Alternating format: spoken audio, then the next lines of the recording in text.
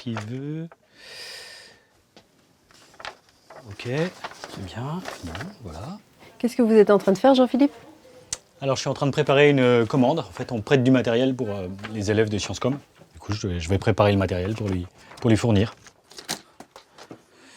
Donc ça, c'est des mallettes podcast avec des enregistreurs numériques. Je vérifie que tout est OK. Et quel est votre métier? Alors je suis technicien audiovisuel à Audencia Sciences Com. Depuis combien de temps? Depuis 5 ans. Ok. Ok. C'est parti. En quoi consiste votre métier? Je m'occupe de gérer les moyens audiovisuels du Média Campus. Je gère un stock de matériel. J'entretiens les salles de cours et les vidéoprojecteurs, ce genre de choses. Et aussi, le Média Campus est équipé d'un studio radio et d'un studio télé. Et je m'occupe de l'exploitation de ce matériel. Mathieu, tiens, je te ramène du matériel. La mallette grise, c'est un micro-podcast. Et j'ai 2 autres personnes qui ont demandé des enregistreurs numériques. Et ceux-là, je pense que c'est plutôt pour demain. Quelle est la prochaine étape de la journée? Alors là, on va au studio télé et il va y avoir la revue de presse des étudiants.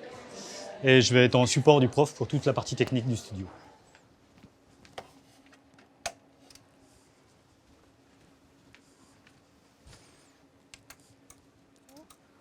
Vous êtes multicasquette.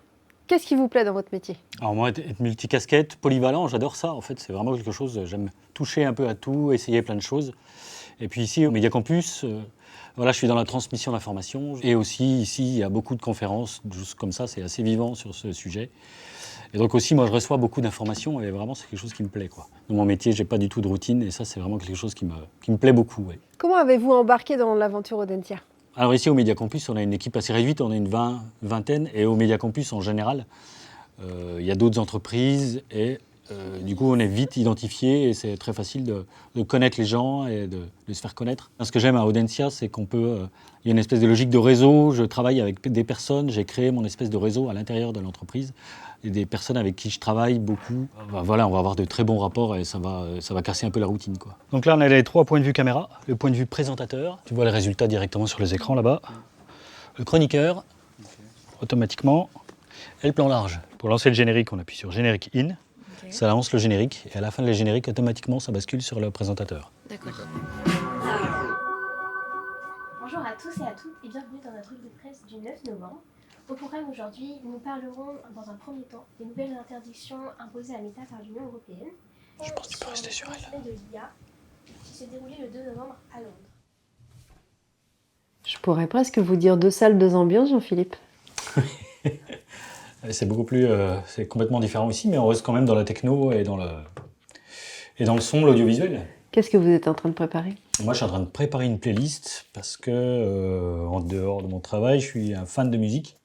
Je suis pas musicien, mais je suis plutôt DJ, quoi. Donc j'aime bien créer des ambiances et proposer de la musique un peu différente de ce qu'on écoute ailleurs, et puis faire danser les gens, quoi. C'est vraiment une super expérience pour moi, quoi.